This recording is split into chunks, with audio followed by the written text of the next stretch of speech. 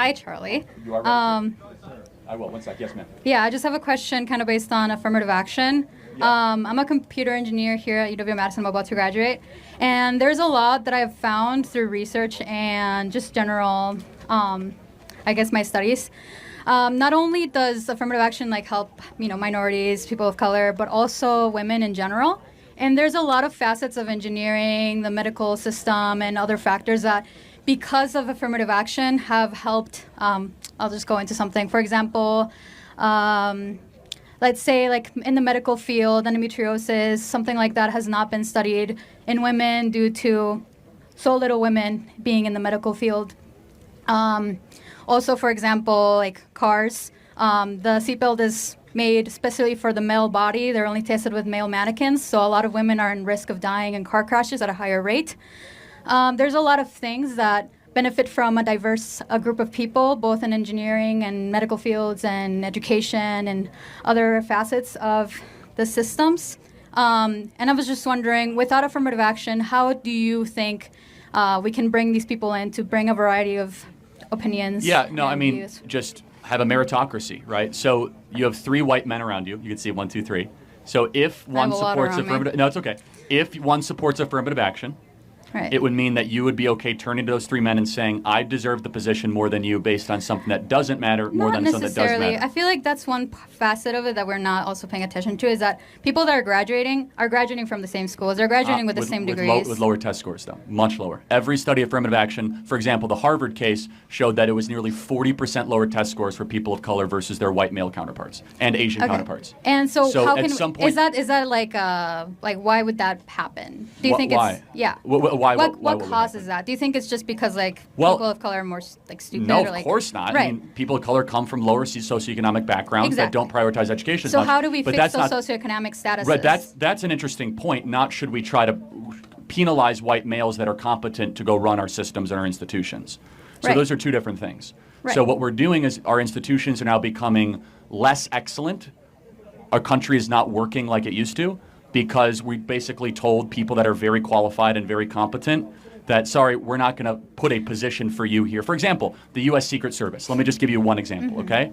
We can all agree that protecting a president, whether it's Donald Trump or Kamala Harris, is super important, right? But now the Secret Service has said that we want to have 30% of all our agents be women, which, by the way, they have lower fitness criteria. So they have less pull-ups, less push-ups, slower mile time. That's something that's due to your hold on. genetics. Exactly. Yeah, no, but this is affirmative action, right? And so therefore, there's fields I don't think that's a good. One second. I just don't think that's a good example because women will never be as strong as men, at least genetically. So that's an interesting question. So I think it should be something that's endologically based. Will women be as good at engineering as men, person for person? Not necessarily, but... Okay, well then, how is that different than the Secret Service example? Well, the problem is that... Because the male mind is wired differently than the female mind. By the way, men will never be as good... Hold on, I'll prove it to you. Men will never be as good at counseling or psychology sessions as women. Men will never be good at nursing or elementary school education as women. Sure.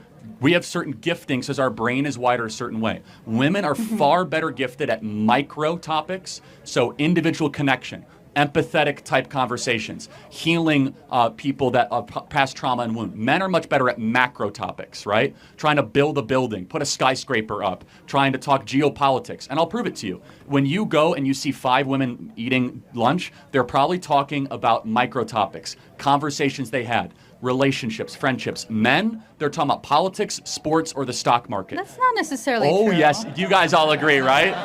I mean, there's a reason. These are bimodal general truths, right? Of course, there's exceptions, but it's not a general truth, though. I feel like women have the capability of having political conversations. Of course they do, but it's not the general wiring or nature of women. It's not. There's no wiring for your brain to like Donald Trump. That's not a real thing. I feel like. But wait a second. But do you think that men and women are made different in our brains? Certain things, but not necessarily. It doesn't channel you to be a specific thing. Like what things? Well, there's specific wirings to produce certain types of hormones, and that's like differences that are genetically. So you don't think that men are more likely to like contact sports, more likely to enjoy football, UFC, hunting? I think that's because of a societal norm in general. Like over a lot of time. No, come on, you're smarter than that. That's not true. Well, hold on. So why is it there's that women that play football? So like you can't just say course, that. And there so are that's men an that dress example in of women drag, that but don't those do are that.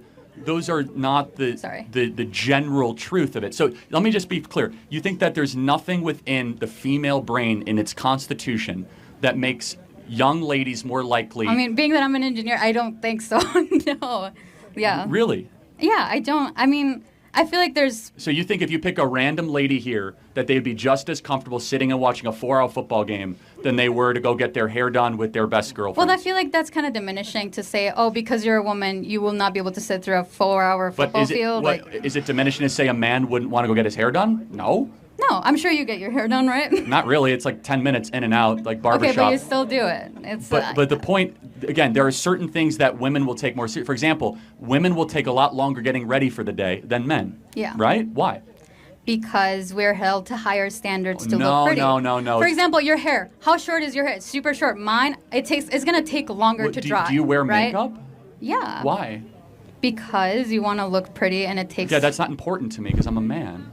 Well, right. But who made you feel there's that something way? in your but you wiring. feel comfortable No, not no, wearing it's not makeup because of a certain reason. Well, but you wouldn't feel comfortable wearing makeup? I can not wear makeup. But why do you do it? I mean, like right now I'm not wearing like anything really. No, I know, but that's the point is that at some point you wear makeup because there's something within your wiring that says, I want to be presentable to the world. And that wiring honestly is, I want to find a mate to have children. I mean, this question was about affirmative action. I think we're getting No, it's not. It's actually really important because I don't think there's any differences between races. But I think that when it comes to affirmative action, we're saying that there are differences. Right. That we're trying to say that things that don't matter should matter. So I don't think race matters. Affirmative action says race does matter. What about like women also in fields like that? Like what I explained earlier. I think that's even more dangerous, to be honest with you. If like we're going to say that women should be Secret Service agents protecting Trump. Not Secret Service. I'm talking about medicine, engineering, that type of thing. Well, hold on. Okay, so should we try to have the same amount of female to male OBGYNs? I think it should be similar to the amount of like OBGYNs. the general population. So hold on. 85% of all OBGYNs are female. Yeah. So now should we have parity so that men... I have an OBGYN that's a man. That's not a problem. That's not the point. The point is, should we have parity? I think it should be similar to like whatever the... Got it. Okay. So you're consistent. So women studying in the OBGYN field will be actively discriminated against. So a man can, because we must have parity. It's not about people in the OBGYN specifically. It's about people in general. Men were, like for example, women were not able to vote until like less than 100 years ago, basically, right? What does that have to do with One second. So because of that, a lot of the laws, a lot of everything that's set in place was made by men, was excluding women, was creating like reforms and like certain legislations that would specifically, support men rather than women because women don't have that ability. Or support society. I don't think it was always about supporting. Well, for example, like what about it? Like what I brought up, endometriosis, so like the seatbelt accident, like all this stuff is due because we tend to favor men in specific. Well, so I just don't believe that. First of all, because research will go where the money is, and so if was there money in endometriosis research?